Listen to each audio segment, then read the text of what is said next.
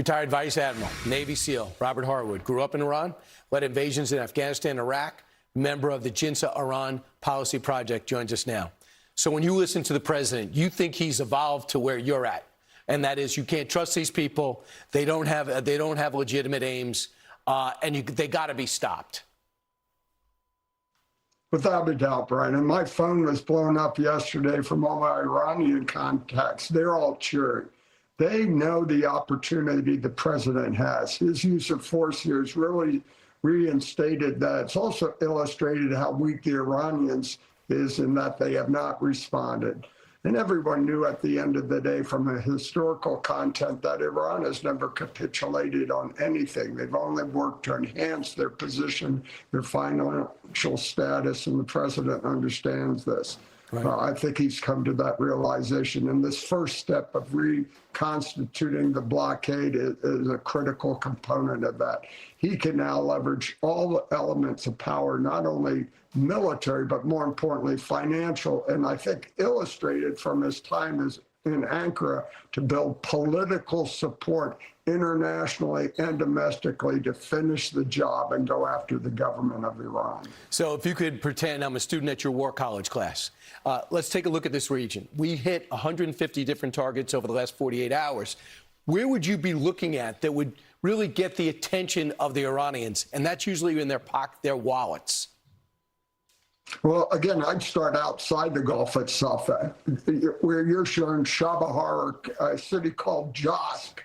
That's risk-free almost. It's the hardest point in Iran for them to supply. There's a major port there. Start there.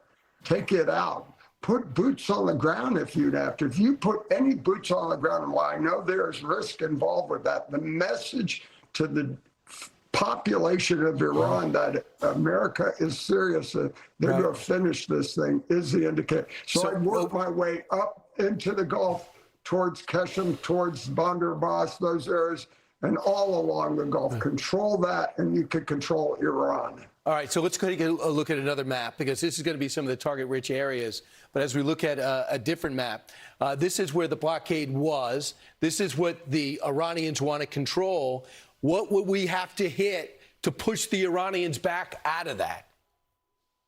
All of those places in Iran, and starting with the choke points. Is this all mountainous, and are there rockets buried there? Are there drone sites, launch sites? Sure, there's stuff dispersed, whatever, but that topography, there's your issue. That's the hardest part for Iran to supply, support, especially if you blockade and nothing's coming up. To move anything south from Tehran, from Tabriz, any of those other locations to reinforce and support that is difficult. So it leaves those assets on their own, dependent on those supplies and stuff they receive. And so we can easily control that. So yes, work your way up the Gulf, take out the coastline, but ultimately also hold Tehran at risk as well. The capital, because that's where the so-called brain trust is, which before this conflict started, they couldn't even deliver water. So I don't know what they're dealing with now. Admiral, we'll have to see where this goes, because now it is back to kinetic military operations, and it doesn't look like the IRG cares much, even if the foreign minister and speaker do. Admiral, thanks so much. Appreciate it. Let's go over to Carly. Hey, Carly. Hey, Brian, good morning to you. Got some very sad news to get to here.